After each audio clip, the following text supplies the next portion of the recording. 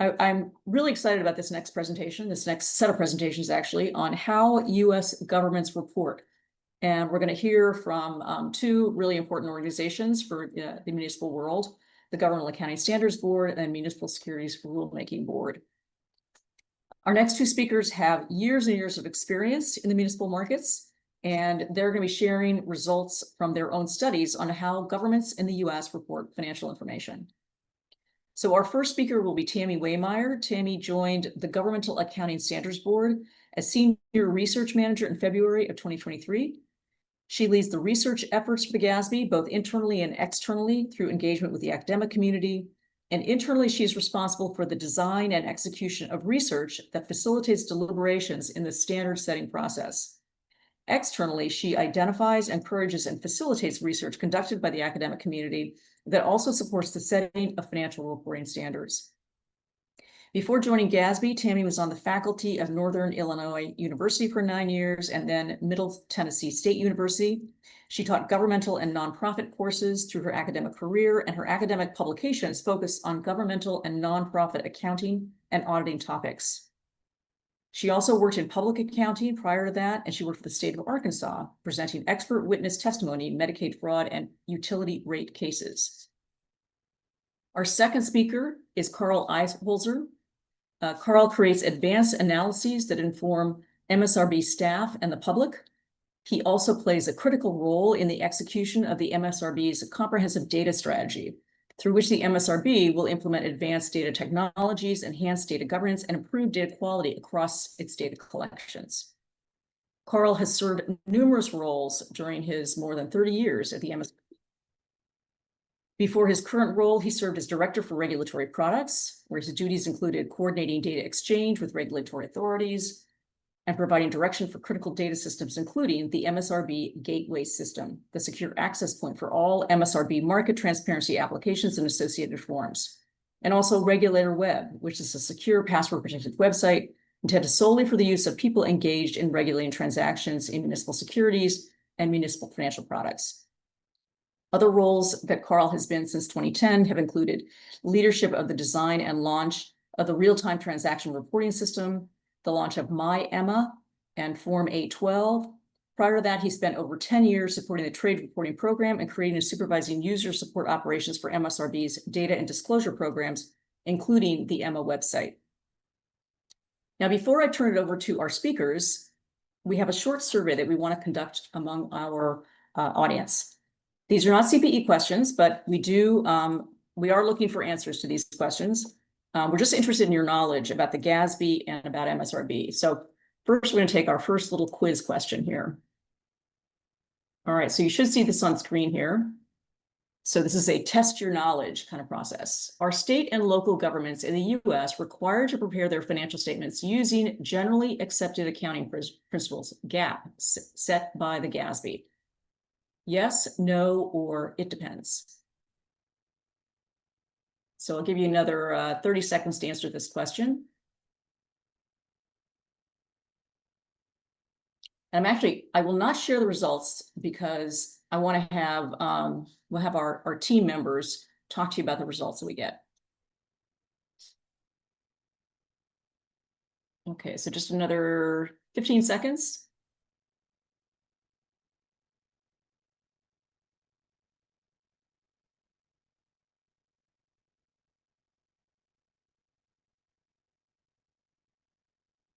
All right, we're going to close down this poll, and we'll let them tell you what they think about the session.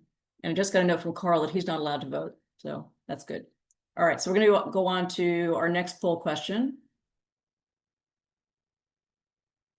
All right, so what is the role of the MSRB?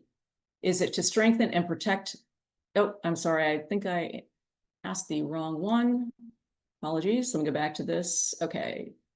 So we're going to go to our quiz question. Let me end that poll. And I'm going to launch our quiz question. So apologies for that. So how many of the audited financial statements submitted to the Municipal Securities Rulemaking Board are from state and local governments? Is it all, most, about half, or none?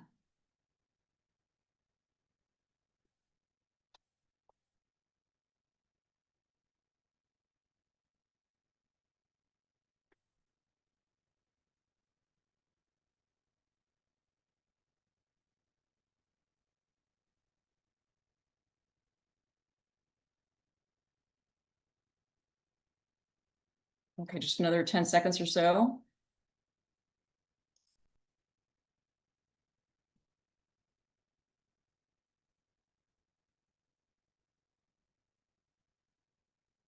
All right.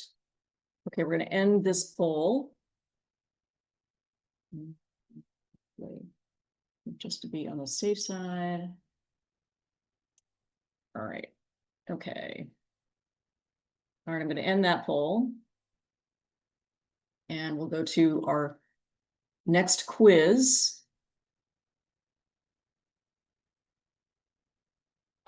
Okay, so what is the median number of pages of an audited financial statement prepared by a state or local government?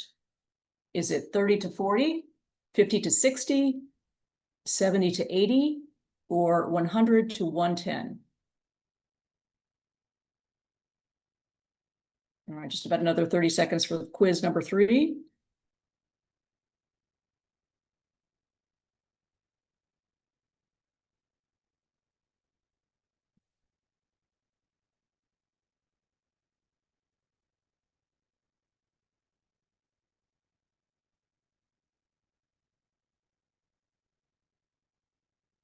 Okay, we're going to end this in about 5 seconds here.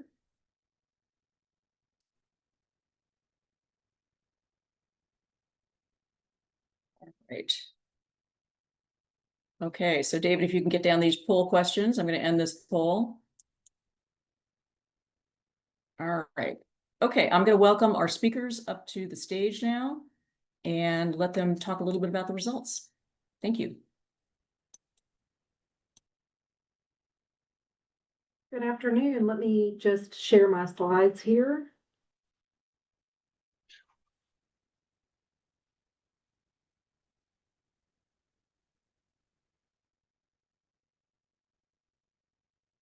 Okay. So I'm trusting that you all can see the slides there, and thank you so much for the opportunity to speak, Michelle, and thank you for the introduction and for running the quizzes. Carl had the great idea of us doing quizzes instead of polls, so I hope nobody feels like they're in a classroom and forced to be subjected to a test. But the topic that we want to talk to you about today, both Carl and I in our organizations have conducted research related to which governments utilize the generally accepted accounting principles as promulgated by the GASB. And so the study that I'll be talking about for the next 20 minutes or so is a study that our staff conducted in-house. And this study is relevant to this conference, as Paulina Haro talked about 2 sessions ago. Although she and her team are leading an effort to build a taxonomy, it's built around what GAAP reporting is, since we are the GASB and that's what we do. But it is interesting to us and important for us to know what other financial reporting frameworks governments are using. And so that's the reason and the relevance for it. And then just more broadly, it's good for us at the GASB to know what financial reporting frameworks governments are using, and when they choose to follow GAAP, why they choose to do so. So that's sort of the purpose and the relevance of the study for us as an organization. There will be 2 reports that I'll link at the end of the presentation that address the study, and they're meant to be consumed in different ways. One of those is a full sort of academic study that is written in sort of academic approach. And in fact, we presented that paper at an American Accounting Association conference earlier this year, and is our hope to publish that paper in an academic journal. So in addition to that, we know that not everybody maybe wants to read the paper 40-something pages with the tables and the stats. So I'll also reference a condensed report that our communications team refers to as a made for screens report that you can sort of flip through on your screen, like a set of PowerPoint slides, very similar to what we're doing today, but it's meant to provide it in sort of a bite-sized sort of format. We situate our study within the context of other literature, other papers that are out there, including the one that Carl will present. So he's been very gracious to share his report with us periodically, and we've shared ours with him so that we kind of know we're approaching the same research question, but approaching it from different methodologies. And so we're looking to figure out if there are discrepancies, sort of where those are. And so it's been nice to evolve that research with his help. The other thing I'll mention about this study before we talk about that poll question is that we are building this study for replicability. So the goal is for us to be able to periodically assess whether we think that gap utilizations out in the state and local government world is increasing or decreasing. So that's the idea behind our study. So you answered a poll question that was, are state and local governments required to follow gap? And the answer to that question is it depends, and 40% of you answered that correctly, that it depends. And then the rest of you were sort of split between the yeses and the nos. And so let me just highlight here that state and local governments, it's a little bit of a trick question because they're only required to follow gap if their state requires it. And because this is not something that is established at the federal level, what financial reporting framework a government has to use, every state does that through their own statutes. And so each state is sort of setting what their requirements are. And so with that, let's talk about, the fundamental question here. If some governments have choice, and even if they don't, what are the factors or the pressures that will lead a government to utilize gap? And that was the focus of our study. And like any good GASB work that we do in our standard setting efforts, and my background as an academic, we like to have a theoretical framework to draw from. And so we use this theory that's referred to as institutional theory, suggesting that there are these isomorphic or institutional pressures that will lead governments to follow gap. And there are basically three categories of those pressures that we work with. One of those is coercive, which is exactly what it says it is, that governments do it. They use gap because they're either required to, or there is some coercive type of pressure applied that means that they choose to follow gap. And within those coercive pressures, we can have those state gap requirements to the extent that a state requires counties, for example, to utilize gap. We also have this resource dependence kind of idea, and that is that sometimes there is a funding source or for sure access to the debt market. Probably the part of the literature that was the most robust when we were conducting this study is a very clear indication from the academic literature that the debt markets prefer gap utilization. So all of that sort of fits under these sort of coercive pressures. The second sort of institutional pressure that we look at is this idea of mimetic pressures, which just means that peer governments, we follow peer governments. And so it's a little bit like if any of you are parents, or you remember, your own parents saying, if your friend jumps off a cliff, are you going to do it too? So if your peer government utilizes gap, probably you are too. And I speak about that a little tongue in cheek, but clearly governments follow the lead of other governments around them, and the auditors have some influence on that as well because of their preferences. The third and final pressure that we deal with is normative pressures, and that is, what is expected of governments, whether that's a recognition by professional organizations, or if you have within a government entity the credentialing of your accounting staff, that you got a staff member who is a licensed CPA or a member of a professional organization. Those kinds of things will lead a government to utilize gap. We don't model all of these in the statistical model that we put together because, as I mentioned at the outset, we're thinking about this in terms of replicability and what can we do with the data that exists out there that is relatively accessible. But all of these pressures are things that at the bottom of the slide is depicted, which is all of these things would lead a government to be more likely to utilize gap. So the first thing that we had to do, this is really a two-part study, the first of which we went out and examined the state statutes that were relevant for setting financial reporting requirements for different types of government entities. And one of the things that you think about here, you think, well, that should be pretty easy, right? You only have 50 states to look at, but that's not exactly true, because every one of those 50 states might set a different financial reporting requirement for the state than they do for counties, than they do for special districts, than they do for school districts, as sort of a carve out, thinking about those separately from special districts. And sometimes even within special districts, they might set a different financial reporting requirement for a park district than a fire district, for example. So it's a fairly extensive effort, and as you might suspect for any of the lawyers in the crowd, you might suspect that the state statutes are written very differently. So we were really looking at 50 states times at least 4 types of entities. We looked at states, we looked at counties, municipalities, and special districts. And so that leads to at least 200 statutes typically that we were looking at. And because we're trying to publish this as an academic paper, and because of the GASB, we would like to be able to replicate this and get a sense of whether gap utilization is increasing or decreasing. The first thing that we did was establish these buckets that you see on the screen. Previously, the studies that were conducted looked at gap requirements as a simple sort of binary sort of structure where either gap is fully required or it isn't. So the way that we built this into 5 buckets is on the extremes, in the yellow and the blue bucket. We said, either a state government would require a certain government type to be fully gap in the blue end on the right, or fully non-gap with no exceptions. And so we built this with some symmetry. And then we worked our way in and said, okay, then are there some exceptions required from those extremes, fully requiring a non-gap basis or fully requiring a gap basis, and worked our way into the middle, where the middle bucket is there is either no requirement explicitly established by the state, or the state statute lists sort of a menu of options that a government can use in putting its financial statements together, where one of those menu options is gap. So this was a little bit of a contribution above and beyond what has been done before, and we'll come back to how these buckets are sort of relevant. So then when we bucketize those, then we've got this visual for all 4 of those entity types that we considered. This graph represents the frequency with which these different entity types, states, counties, municipalities, and special districts, that they are required to follow gap without exception on down in those 5 buckets. And the thing that I want to point out here, a couple of things just in regard with the graph. We didn't forget a couple of states as it relates to counties. There are a couple of states that don't have counties as reporting units. Connecticut, where I live, is one of those. Rhode Island is another.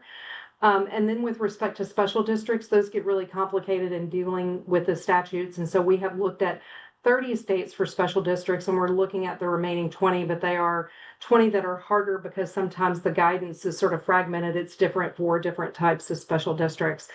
And then I'll mention here that we gave out a research grant some time ago, about a year and a half ago, probably, to Renee Flasher at Penn State Harrisburg, who did this great work related to gap utilization. And we'll be able to leverage what she's done to perform the same analysis that we've done here for these 4 entity types for school districts. So the goal is to continue building on these results. As you've had a chance to absorb what's in the graph, I would point out that the thing that maybe you would take away, that I would highlight taking away, is that blue in each one of those 4 bars, that 48 out of 50 states require that the state itself utilizes gap in its financial statements. And then the number gets smaller for fully gap required without exceptions. That blue box gets smaller for every level you go down, which is presumably kind of a smaller subdivision of government from counties, at 21 states that require counties to utilize gap without exception, to municipalities, and down to special districts. So this, and we've got tables in that full report that I'll share at the end. So if you wanted to take a look at, which states do what, then we've got those all bucketized out. This is just summarized here for our ease in this short presentation. So that's the first stage of the project. The second stage of the project, was to evaluate gap choice. What is it that leads a government to follow gap when they don't have to? So we had to identify a sample, and we started with, the U.S. Census Bureau data in 2021, which is sampled information. So it's not all governments that are in the U.S. Census Bureau data for 2021. And then we further narrowed it to states where all 3 government types, counties, municipalities, and special districts, where all 3 of those had some degree of choice, which meant that they are in one of those middle 3 buckets. They're not in one of the buckets on the extreme ends. That gave us a potential sample size of somewhere in the neighborhood of 2,572 governments. And because there were some governments that we couldn't find their financial statements for, we landed with a sample size of 1,877 governments that we sampled. Looking at those governments, the way that we sort of evaluated whether a government was utilizing gap is based on their auditor opinion letter. So that's in that second bucket there. And so this is kind of contrasted with the report that Carl will do, which is their nice complementary studies. He did this in a much more of a big data kind of way, where we laid human eyeballs, so to speak, on each one of those 1,877 auditor opinion letters to determine whether GAAP was utilized. And I will say we were looking at whether GAAP is the framework that they utilized.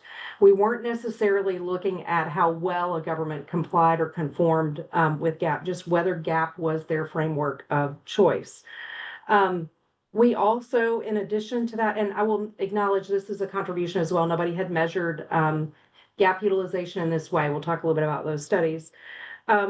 So then in addition, we wanted to merge this with two other data sources, the Federal Audit Clearinghouse, which gave us an indication of if that government was subject to a single audit.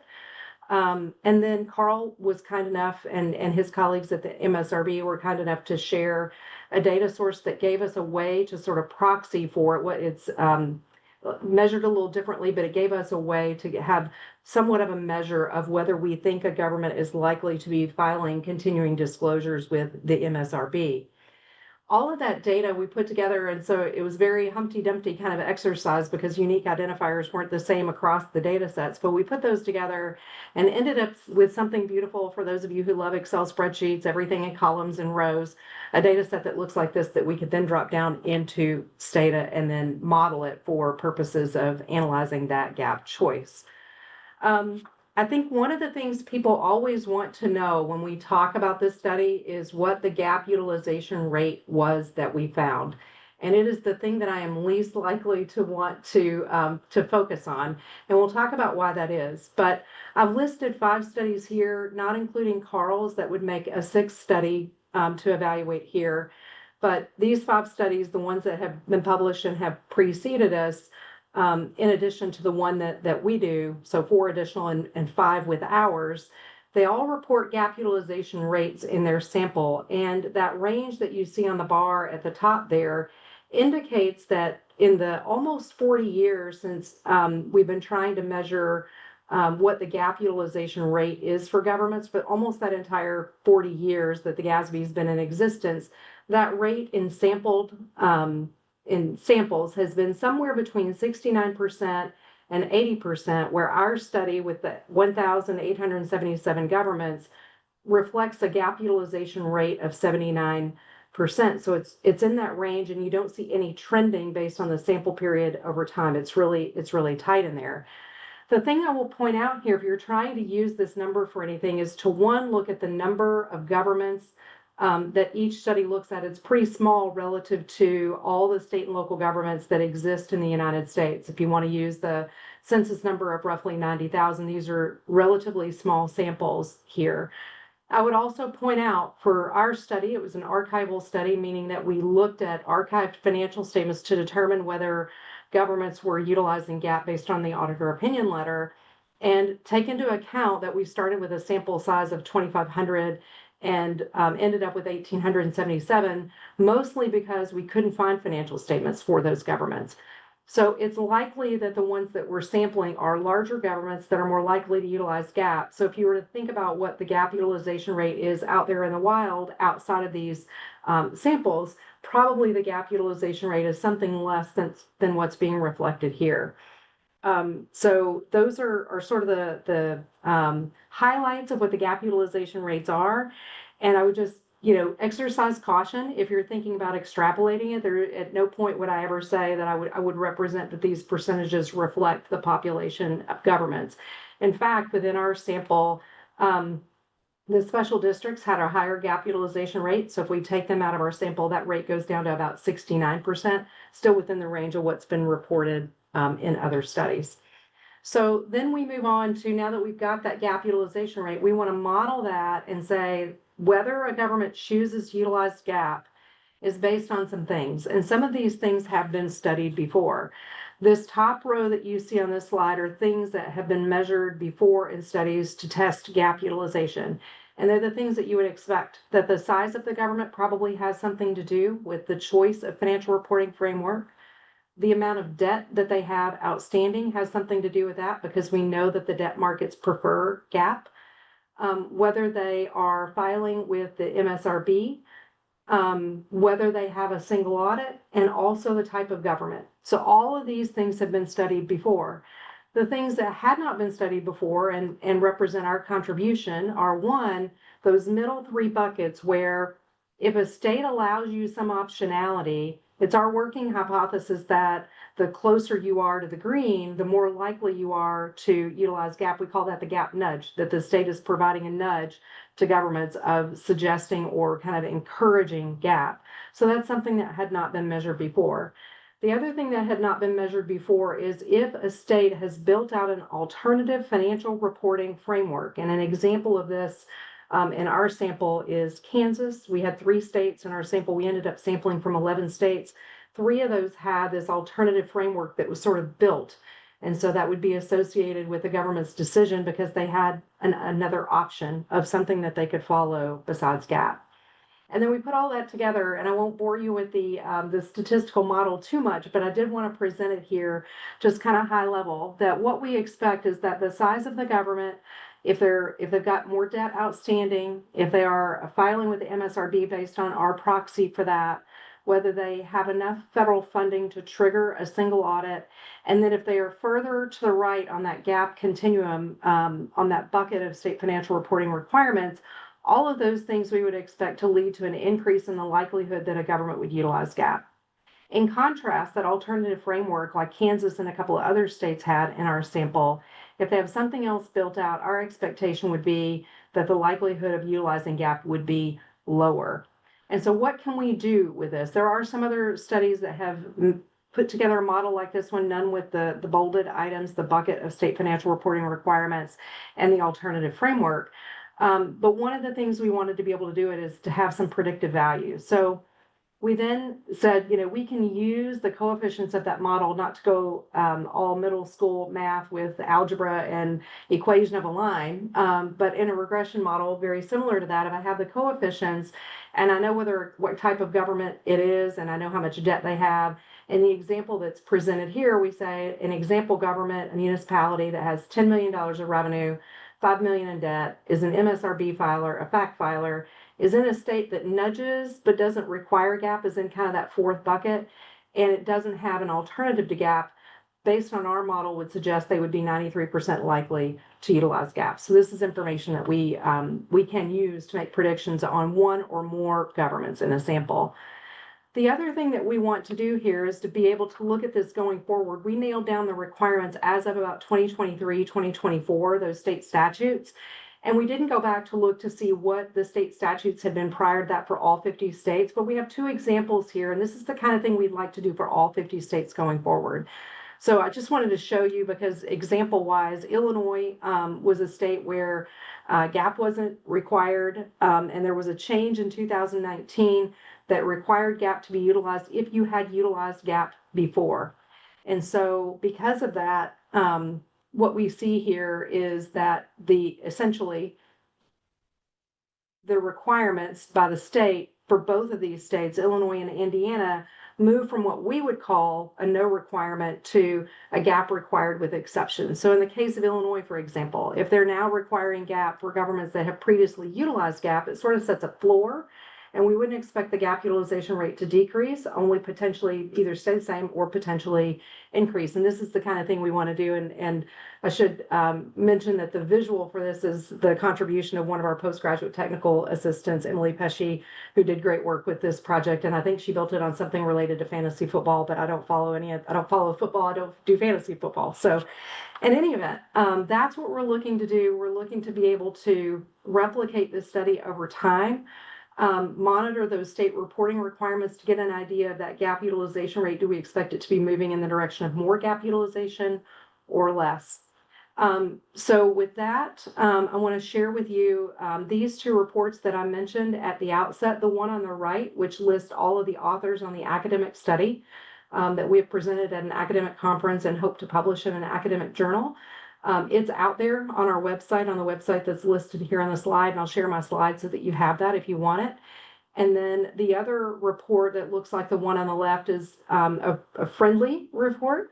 It's a condensed report that's roughly about 10 pages that's in that made for screens format, so that if you wanted to look at either of these reports, however much you wanted to consume, whatever you were up for. If you wanted a buffet, like on the right, or you wanted just a little snack, you could have the one on the left, but those are there. So at this point, I'm going to invite Carl up to the stage and toss it over to him for his presentation and work that he's done that we're glad to have iterated this with him. But welcome, Carl. Hi, Tammy. Thank you. Hopefully everyone can hear me all right. Yep, can hear you. Go ahead and share my screen and I'll jump right into my presentation. We'll try to keep us on schedule here. Let's see. I think that looks right. Okay, hopefully everyone can see it. Thank you, Tammy, and thanks to the conference host for inviting us to speak here today. We always appreciate the chance to participate in interesting conversations like the ones happening at this conference. My topic, as Tammy mentioned, is kind of adjacent, almost the same as hers, although I did take a different direction, a different approach, as she mentioned, and so I'm glad that we are able to present them together. But before we do turn to that, I do want to provide some background information and context that will help with the understanding of the data I'll be presenting. To begin with, my name is Carl Eiholzer. I'm the Director of Data Analytics at the Municipal Securities Rulemaking Board. I've been with the MSRB 30 years, as Michelle mentioned, and in my current role, I do have the privilege to explore new and innovative uses of our data. And so with that, I think many of you probably know the MSRB and what our role is, but I'm sure some of the people don't. So I do need to take a few minutes to review our role in the America's capital markets. So the municipal bond market is the place where states and local governments go to borrow money when they need to finance capital projects or meet other large financing needs. And these projects build and maintain pretty much all the basic infrastructure in the country, roads, bridges, government buildings, schools, sewer, water, hospitals, you name it. The issuer side of this market is very diverse. It could be a small fire district that issues a bond to buy a single fire truck, or it could be the state of Kansas issuing a $700 million bond for the construction, improvement, reconstruction, maintenance of the Kansas State highway system, which was an issue that came out earlier this year. On the investor side, individual investors hold over 2/3 of municipal bonds, either directly or indirectly through mutual funds and ETFs. And then banks and insurance companies purchase much of the remainder. This year, the MSRB is 50 years old. We've been around since 1975. We fulfill our congressional mandate to protect investors, issuers, and the public interest by promoting a fair and efficient market. As I like to say, the MSRB doesn't make the municipal bond market, we make the municipal bond market better. That's our job. So our original mission was writing rules for brokers and dealers who underwrite and sell municipal bonds, but that later expanded to include municipal advisors who advise state and local governments on municipal bond issuance. We don't regulate other market participants like issuers or bond lawyers or anyone else, and the enforcement of our rules is actually done by other financial regulators. The MSRB also determines professional qualifications required to be a professional in the organizations that we do regulate. And of course, one of the best protections for investors and issuers is an efficient market. And so an efficient market requires data. And so over time, the MSRB is increasingly engaged in the collection and dissemination of market data to promote those market efficiencies. So now at this point, the MSRB has become the official repository of data and disclosures for the municipal securities market. That brings us to EMMA. This is a system that stands for the Electronic Municipal Market Access System. It was launched in 2009, and EMMA is the public-facing part of that official repository function. So what you're seeing on the screen now is a page called the Security Details page. I think of it as kind of the beating heart of EMMA. There's actually too many pages to include in this presentation, but this particular security details page is devoted to a single bond issued in the market. In this case, the bond was issued by the Colorado Educational and Cultural Facilities Authority in 2017. And what the MSRB does here is maybe unique among financial regulators. We bring together a wide variety of data and disclosures into a single web page. This includes basic descriptive data, primary market disclosures, trade prices, ratings, continuing disclosure documents, and more. So if you own this bond and you're on this page, all this information is at your fingertips for free. So I'll take a brief detour here and focus on the last category I mentioned, that's continuing disclosures. Now, these continuing disclosures are providing ongoing updates from the obligated person, and I'll come back to that in a minute, from the obligated person to investors in the market throughout the life of the bond. Now, the term obligated person does not refer to a person, it's an organization. It's a legal term originating in this case from the SEC Rule 15c2-12. Without going into details, that's the rule that ultimately requires borrowers in the bond market to submit disclosures to EMMA. Obligated person is sometimes shortened to obligor, and roughly it means the legal entity that is contracted to repay the principal and interest on the bonds. Now, these particular bonds that I still am showing a screenshot there on the page, issued in 2017. So you can see that each year since then, the obligated person has logged into EMMA and uploaded their audited financial statements. Now, the obligated person in most cases is the state or local government that issued the bonds. But in this case, the obligated person is not the Colorado Educational and Cultural Facilities Authority. It's actually the University of Denver. We would say in this case that the obligated person is not the issuer. Okay, keep that in mind, and that little detour is over. We'll come back to it. Now, so the MSRB has conducted significant outreach with our users and discovered a number of general themes for how users use the site. And I think this diversity of uses reflects the diversity of the users themselves. EMMA serves market professionals, investors, local governments, and others. And so it's a tremendous resource for, and citizens actually. So it's a tremendous resource for all segments of the American, the bond market and others. So we're incorporating some, that feedback into reimagining EMMA to make it better. We're working to bring more transparency to the distinction between the issuer and the obligor that I alluded to earlier. We're also improving search in different ways, including incorporating the ability to search within documents. And we're building the capability to customize for individual users to customize their version of EMMA so that it is suitable to their particular needs. So more to come on this in the coming year, but that should give you a little bit of background and context about who the MSRB is and why we have a bunch of audited financials. Okay, so with that background out of the way, let's turn to the heart of the presentation. What financial reporting frameworks are actually being used by obligated persons in the municipal securities market specifically? So our goal was not to extrapolate from a survey or a sample, but to actually conduct a comprehensive census of 1 year's filings for all obligors.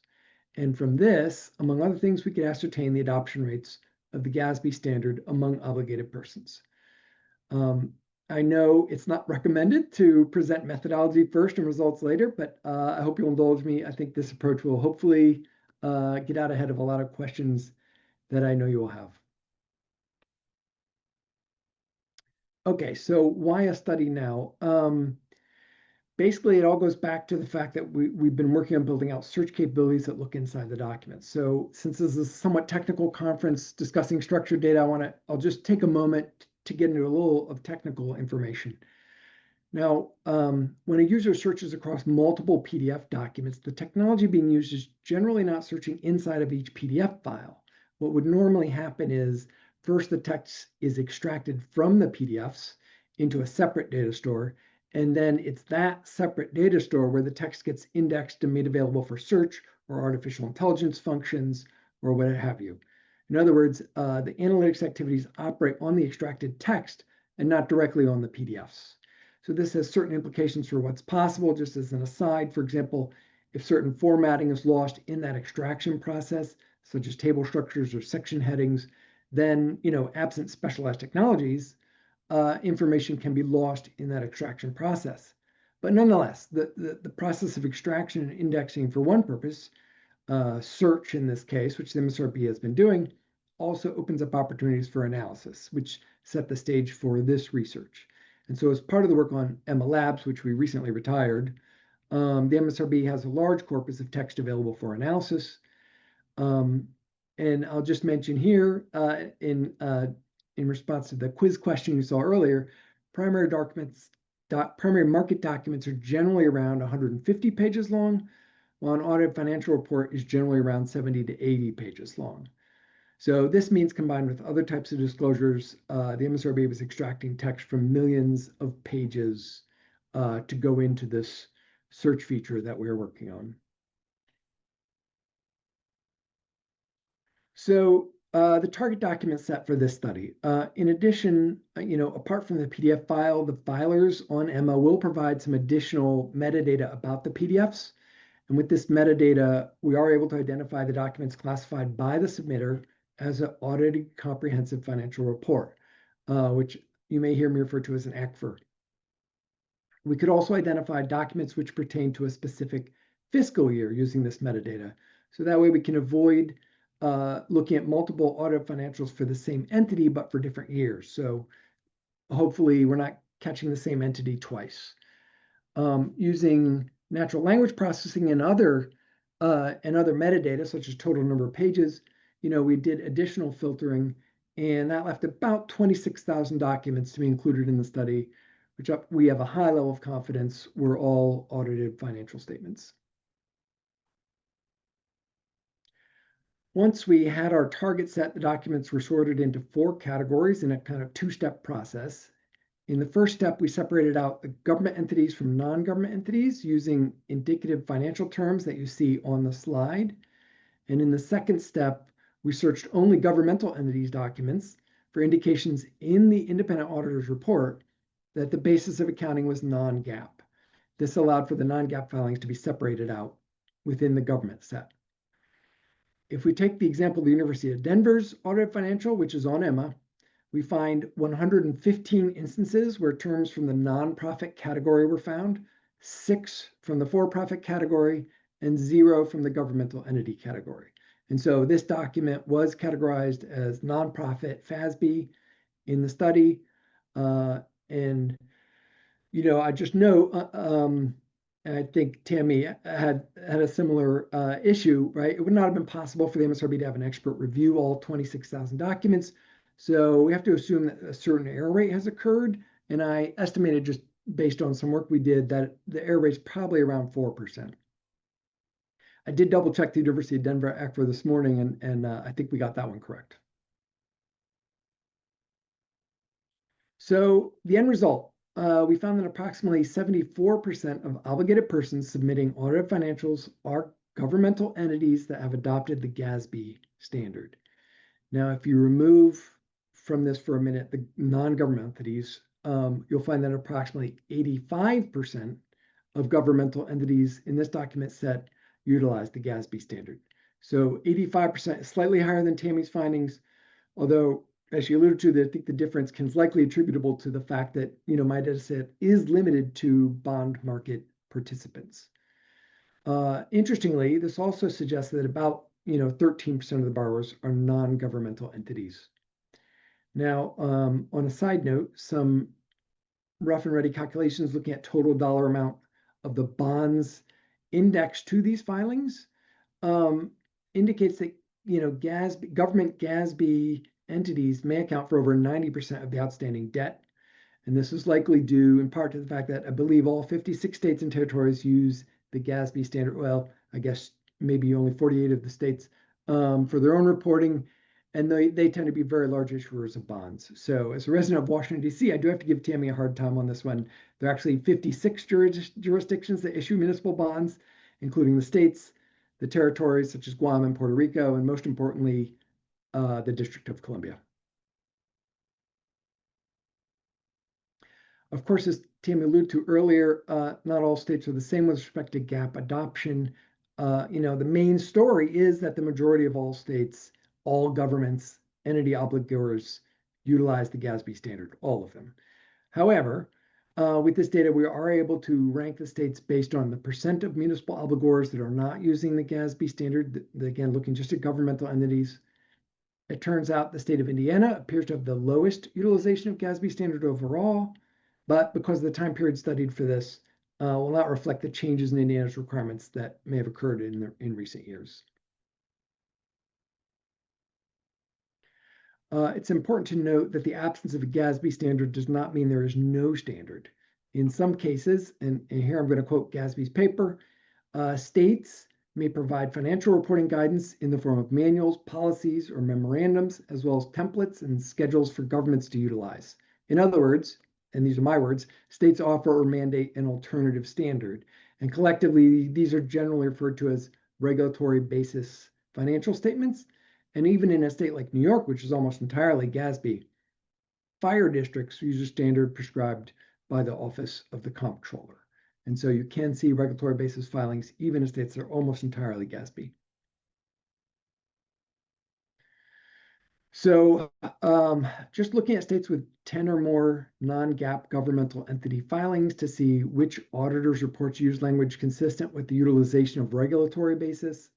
We can see what the data shows is that for most states with a high rate of entities not utilizing GASB standards, the presence of a regulatory basis appears to explain the vast majority of those non-GAAP filings.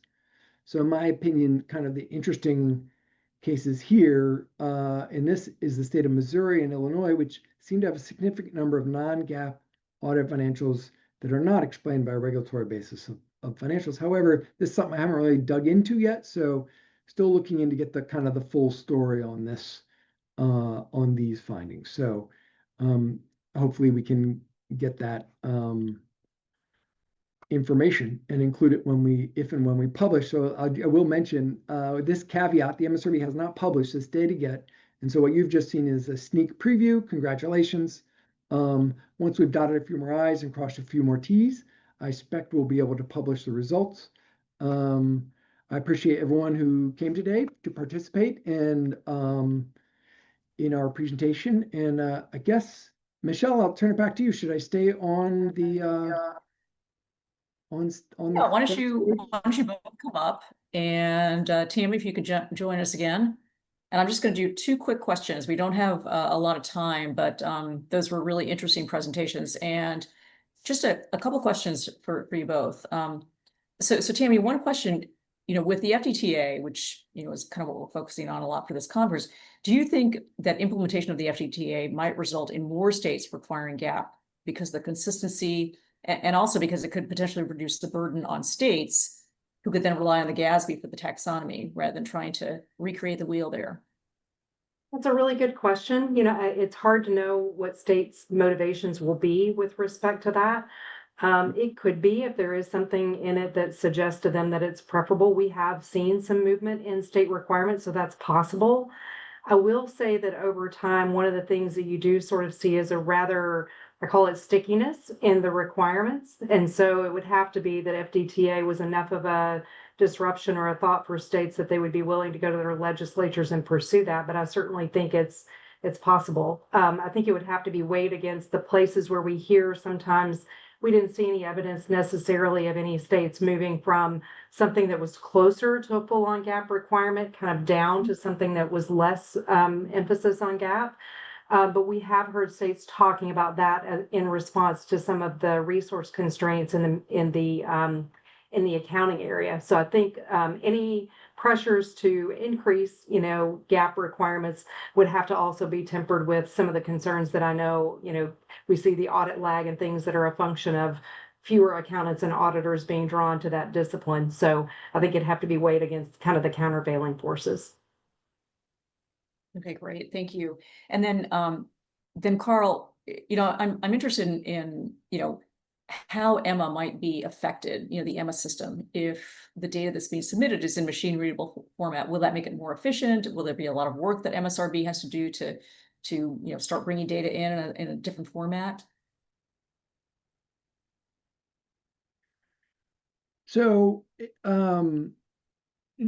But I think the short answer is not, I don't think it would be a tremendous lift for the MSRB, that in the sense that currently the system is designed for users to come in, give us some metadata, attach a document and upload it. So to the extent that they can attach, some kind of structured file that contains the disclosures, Mhm. I don't think that will be an issue. I do, as I mentioned, Emma is intended to be the public facing side of the repository, available to the public and to retail investors, in addition to market professionals. And so, I do expect it would need to be readable by non-humans or by non-machines, by humans, not Mhm. just machine readable. Right, So that's exactly. Yeah. probably, I would expect that to be a requirement, but the rulemaking does lie with the SEC, not the MSRB. So, but I know that's the direction they've been moving with Edgar. And so Mhm. I would expect to see that here if that's the direction they go. Okay. Okay, great. All right. Well, excuse me. I think I'm going to say thank you very much. And, thank you so much for your presentations. It was really helpful and gave us some insights into, how US governments are reporting today, and really appreciate it.